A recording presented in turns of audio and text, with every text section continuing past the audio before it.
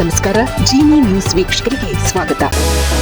ಎಲ್ಲ ವೀಕ್ಷಕರಿಗೆ ನಮಸ್ಕಾರ. ನಾನು ಸಂಧ್ಯಾ. ಜೆಪಿ ನಗರ ವ್ಯಾಪ್ತಿಯ ಸಾರಕ್ಕಿ ಜಂಕ್ಷನ್ ಬಳಿ ನಿರ್ಮಾಣ ಹಂತದ ಕಟ್ಟಡವೊಂದರಿಂದ ಬಿದ್ದು 25 ವರ್ಷದ ಯುವಕನೊಬ್ಬ ದಾರುಣವಾಗಿ ಮೃತಪಟ್ಟ ಘಟನೆ ನಡೆದಿದೆ. ಮೃತಪಟ್ಟ ಯುವಕನನ್ನು ಸಾರಕ್ಕಿ ನಿವಾಸಿಯಾದ ಮಹದೇವಸ್ವಾಮಿ ಆಕಸ್ಮಿಕವಾಗಿ ಆಯ ತಪ್ಪಿ ಕೆಳಗೆ ಬಿದ್ದು ಮೃತಪಟ್ಟಿರಬಹುದು ಎಂದು ಶಂಕಿಸಲಾಗಿದೆ. ಮಹದೇವಸ್ವಾಮಿ ಅವರು ಆಗಾಗ್ಗೆ ಕುಡಿಯುವ ಅಭ್ಯಾಸ ಹೊಂದಿದ್ದರು. ನಿನ್ನೆ ರಾತ್ರಿಯೂ ಅವರು ಅತಿಯಾಗಿ ಕುಡಿದ ಸ್ಥಿತಿಯಲ್ಲಿದ್ದರು. ಈ ವೇಳೆ ಅವರು ಸಾರಕ್ಕಿ ಜಂಕ್ಷನ್ ಬಳಿಯ ನಿರ್ಮಾಣ ಹಂತದ ಕಟ್ಟಡವೊಂದನ್ನು ಏರಿದ್ದು ಅದರ ಮೇಲ್ಛಾವಣಿಯ ಮೇಲೆ ಸುತ್ತಾಡುತ್ತಿದ್ದರು.